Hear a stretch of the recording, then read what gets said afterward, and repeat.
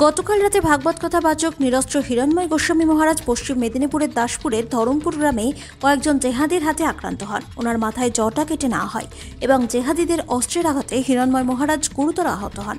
গতকাল রাত ৩টের সময় ঘটনার বিষয়ে অবগত হওয়ার পর তমলুক কার্যালয়ের কর্মীরা ওনাকে ঘাটাল হাসপাতাল থেকে তমলুকের একটি বেসরকারি নার্সিংহোমে স্থানান্তর করে।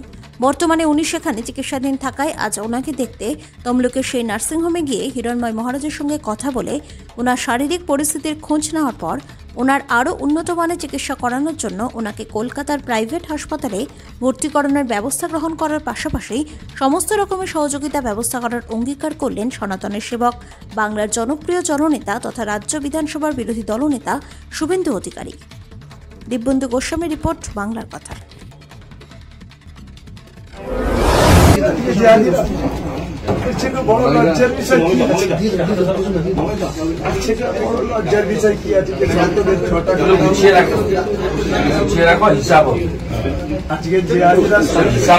একদম হিসাব করবো, আজকে এইভাবে অপমান